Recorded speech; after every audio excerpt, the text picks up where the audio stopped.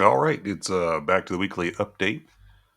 Um, Unfortunately, it's gonna be one of those weeks with an update that isn't going to give us a whole lot of information. We've already made our moves. Like, we've longed here um, at and under 61, and we've taken some profits out of that. We have our stops back at entry, and we shorted the very high up here, 69.5.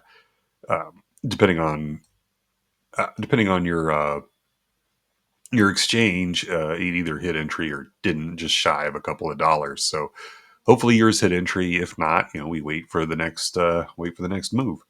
It's just a game of patience at this point, as we are finding support on the Anchor VWAP uh, from the 10th of October and have not been able to break below. So our shorts have taken profit, and what did we took profit at 66.5. Broke under briefly, but haven't been able to sustain underneath. That level seems to be holding as candle support.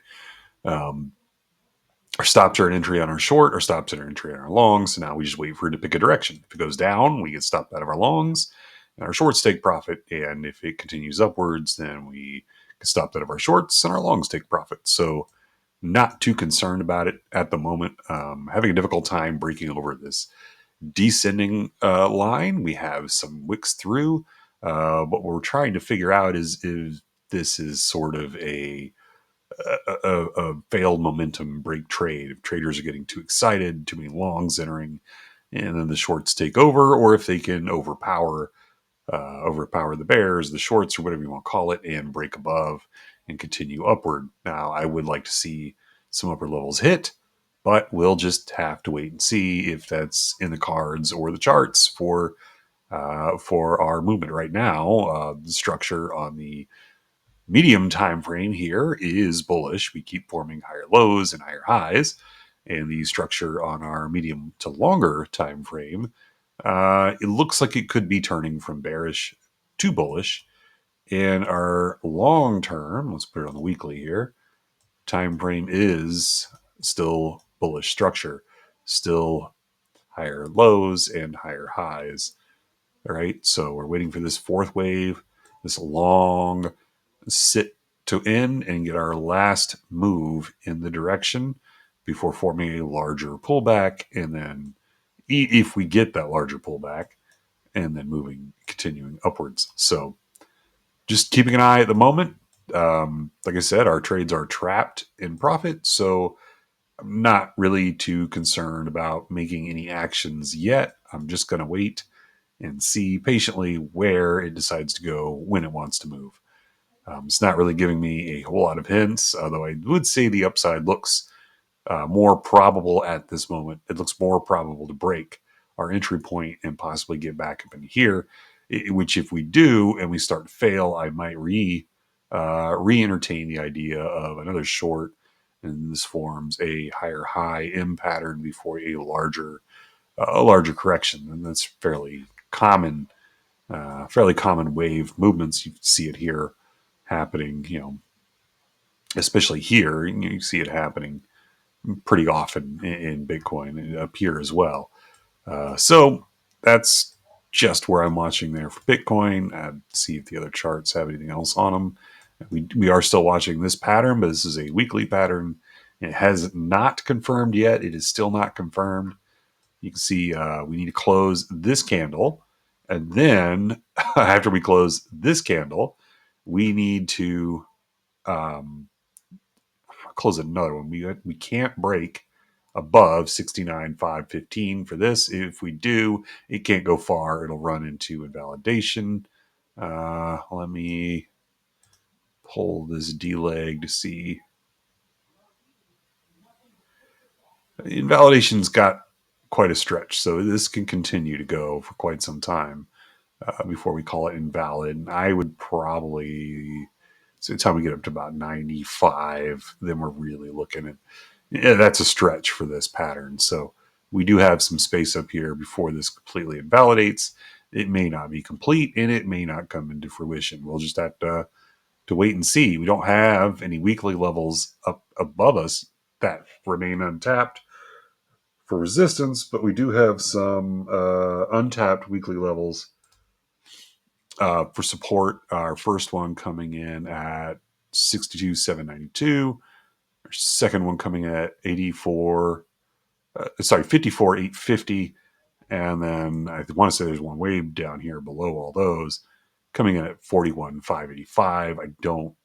Wouldn't like to see this one hit. I mean, if it does, we have a target and block support down here as well. So yeah, not a terrible. It really wouldn't be that bad. Actually, if it did get down into here, I'd probably buy a big chunk more of Bitcoin. Let's start adding Ethereum into the mix just to kind of spread this out. And I don't have Solana up here yet, but I think I'll add Solana in for next time.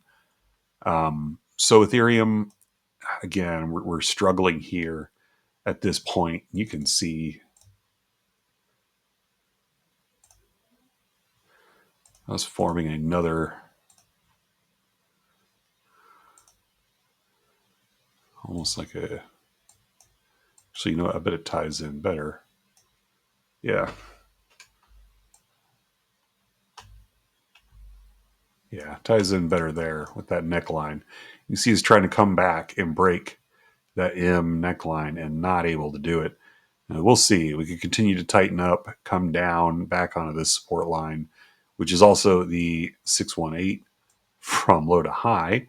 So that's it's a good retracement level there. I really like it. If we come back down into here, I'd definitely take some positions. I'd be back in Ethereum for the first time in a while. It's starting to get my interest. So that's Ethereum. We'll look at Solana later and maybe some other altcoins, but that's past the scope of this week. Let's get into the indices. We have the SPY not doing much of anything, just that slow crawl up. You see, we did have a bit of a bearish week here overall. Same with the Qs. Qs actually got a new high, but they are playing with these long tails, and it's hard to see here with these yellows in the way. Let me pull up a daily chart. You can see, look at these long wicks on the daily. I don't like that selling tail. That could be a little island reversal. We could continue back down in here for a little bit and then maybe move up. I would still like to see the SPY and the Qs hit some higher levels. We still have room to go on both of these indices before they feel wore out to me. The Dow Jones doing same things. It's slow, up and pull back and up and pull back. I mean, we have support here at 42,192, which looks like we just about came into. It's not very strong. If that breaks, we could easily come back down into this box of 40 to 39. But we'll see. Pattern wise, this is starting to blow. So it is getting harder and harder to call it. But you can see this move here with this janky uprise. That tells me that this is not the strongest ascension. So there's some faltering there. Now, I did have a request for TMF, and I believe TLT. Now, TLT is the non-leveraged. Well, let's say TMF is the leveraged version of TLT. We'll give credit where it's due. TLT is the OG. So TMF, right? We've come down. We've hit our targets, and now we're playing around with the possibility of this crab. Now, it's not strongest crab. We came up, failed, and down onto our trend line. I actually like it at this price. I think TMF for me, I wouldn't play this with leverage. It's already leveraged for you. Just you can just play it as is. You don't have to leverage a leveraged fund. So this is something I could buy and hold on to for a while. I think we probably got a couple of years out of this, maybe even up to 3 years. It's not a fund you want to hold on to for the long term because that leverage takes its toll on price on the long run. You see, we're under our lows, right? So, and we need to break back above them. In fact, this isn't really. I would say we're very early where we're at, being under these. Anything under $70 right now is is very early in this pattern, and it may not. This fund could trail out for a long time and just continue to sink because those leverage fees could eat it if it doesn't move. That's the risk you run with TMF. On the other side, we are at historical lows, not just for TMF, but we're very close to historical lows on TLT. Um, Let me see. I think I have it in here. Yeah. So TLT, which is going to drive TMF, is also really close to its lows. Now, it's not at or under its lows. It doesn't have to deal with the leverage fees.